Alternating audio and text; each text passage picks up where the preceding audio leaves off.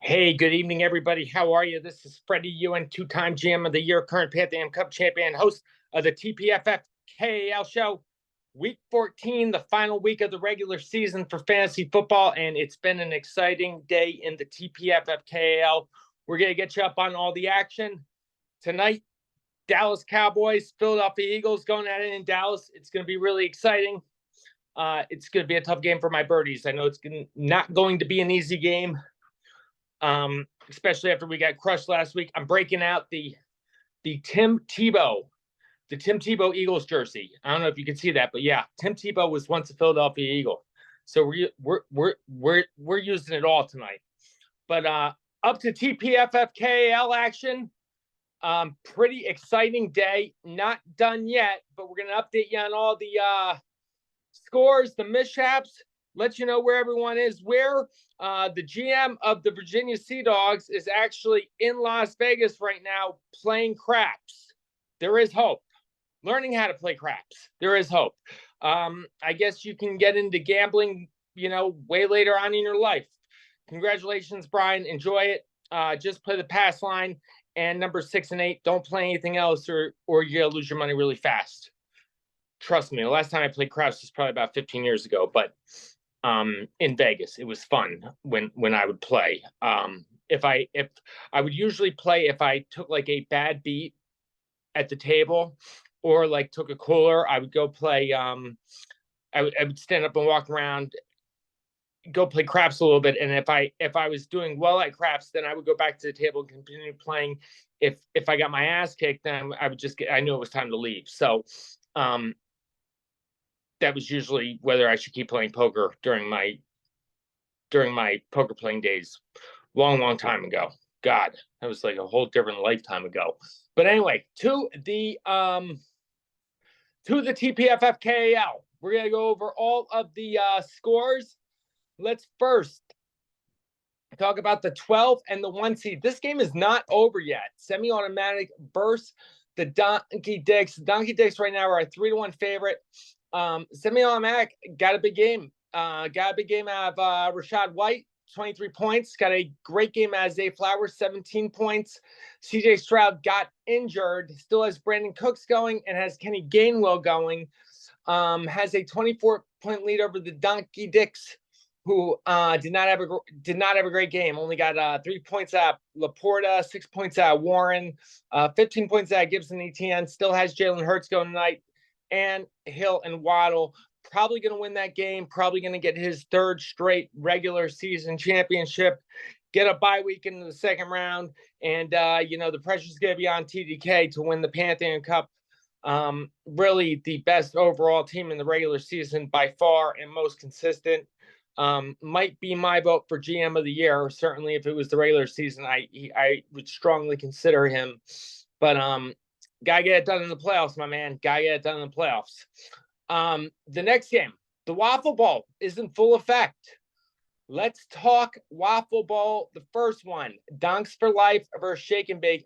How did I lose to this team last week? I have no idea. But Shake and Bake gets Shake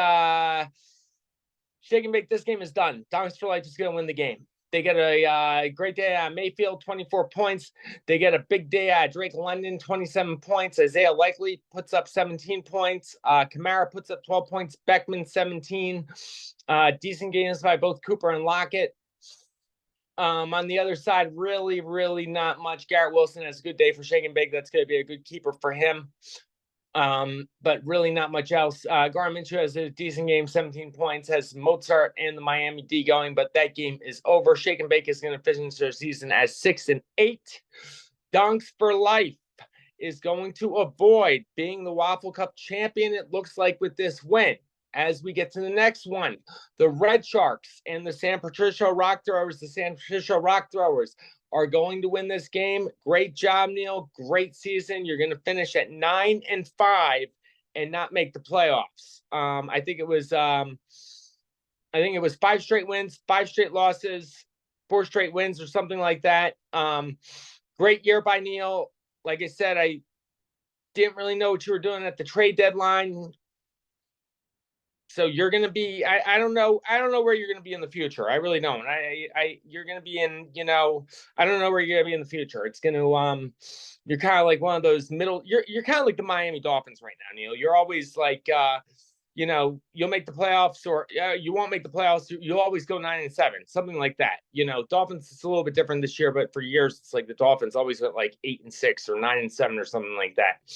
But good game at Fields. It looks to me Chicago is going to have I think the 1st and 5th pick in the draft. It's going to be interesting what they do with that. I would keep Fields around. I think Fields is playing, I think Fields is going to be a fine quarterback. Rashee Rice has a great game, 15 points. Cooper Kupp finally has a great game, 24 points. Decent game by Pittman, 15 points. On the other side, congratulations. It looks like the Red Sharks are going to win the WAFFLE Bowl. Very exciting. Our commissioner is very meticulous. He's probably going to be there 6 hours. He's going to clock it all out. I am not going to be on the board anymore, and I think my clap committee chairman is being taken away from me, but I vote way more than 6 hours at Waffle House. I think it should be 24 hours, but at least 12 hours. You got to spend at least 12 hours if you're going to come in last place. 6 hours at Waffle House is like nothing, unless it's like 6 hours in like, the Baltimore hood or the Bronx hood or something like that. But yeah, 6 hours at Waffle House is nothing. We need to chip that up to 12 hours, and we should. If I win the Waffle Championship next year, I will be at a Waffle House for 18 hours. I promise you that. Because I got balls of steel and nothing else to do. Anyway, back to the game. Red Sharks. Quentin Johnson, 10 points. Doesn't get anything out of Rashawn Johnson, only less than a point. I thought he was actually going to have a good game, Rashawn Johnson. Really nothing. Zach Moss, another bad day. Jonathan Mingo does nothing. Red Sharks really sold off their team. They were expecting to win the Waffle Bowl. Danny really did nothing. Didn't spend any money, didn't buy any players, just, set starters in, didn't make any trades. That kind of GMing is no good in this league, but that's not going to fly too much longer. That's worse than Doug, actually. But we're going to talk about that, Danny. But you lucked out because the Red Sharks are going to the Waffle Bowl. Congratulations, Red Sharks. Neil, congratulations on another 7th place finish. Next game, let's talk about this one. The Gronk Dunks versus the Sea Dogs. It was looking early like the Gronk Dunks would have had a shot in this game. Got a big game from Zeke Elliott on Thursday night. He had 23 points, but really just shit the bed the rest of the way. Kyle Pitts had a decent game, 13 points. Gus Edwards only a point.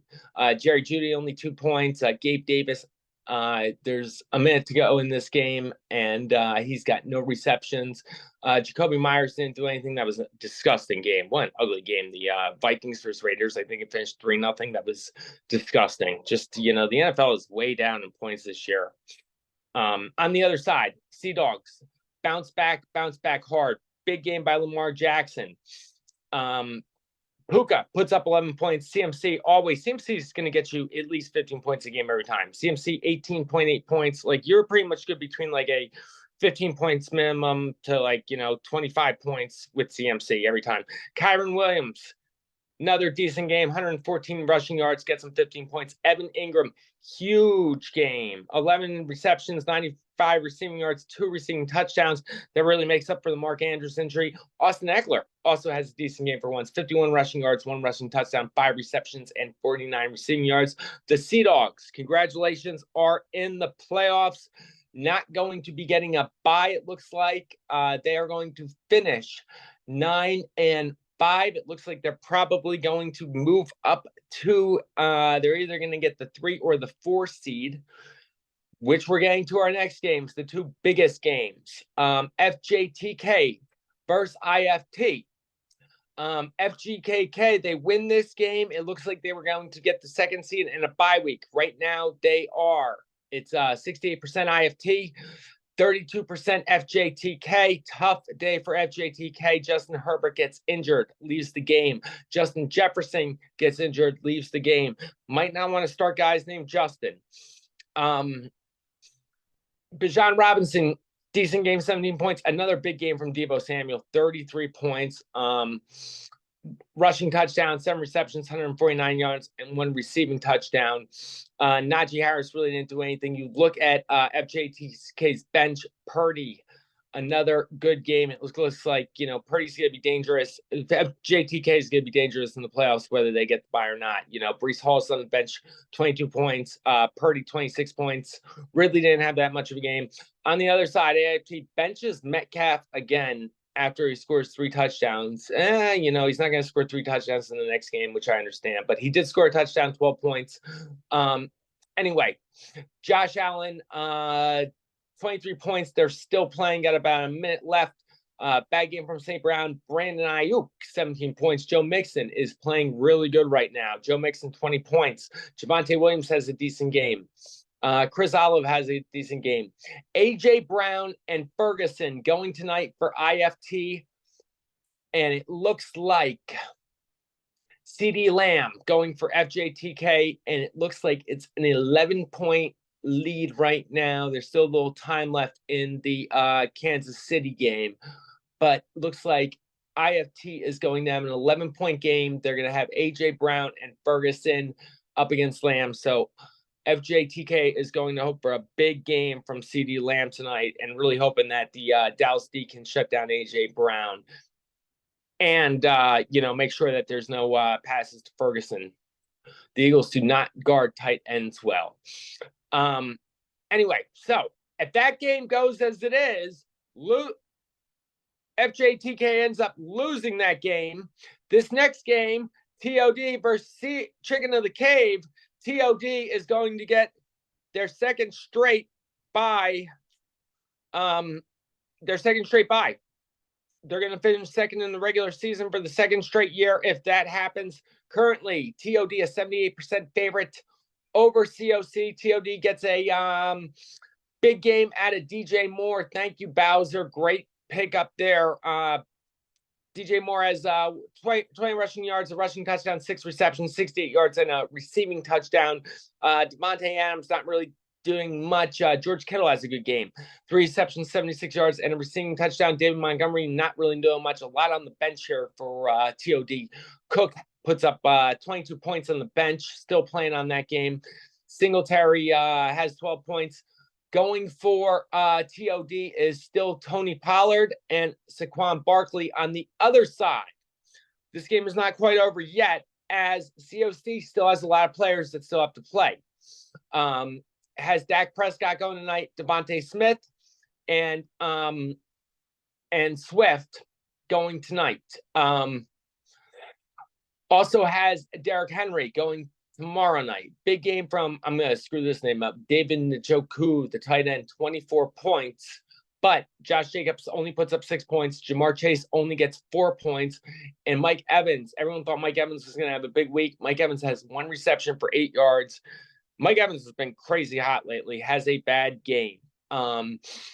This game's not over yet. I always don't say it's over until the quarterbacks actually play because, Dak Prescott, this league, when quarterbacks play, you get 6 points for the pass, so a quarterback can throw 4 touchdowns and all of a sudden be back in the game completely. So TOD not out of the woods yet, but looking right now as if the season ended right now, these games, to me that TDK would have the 1 seed, TOD would have the 2 seed. Let me take a look at the standings really quick. I believe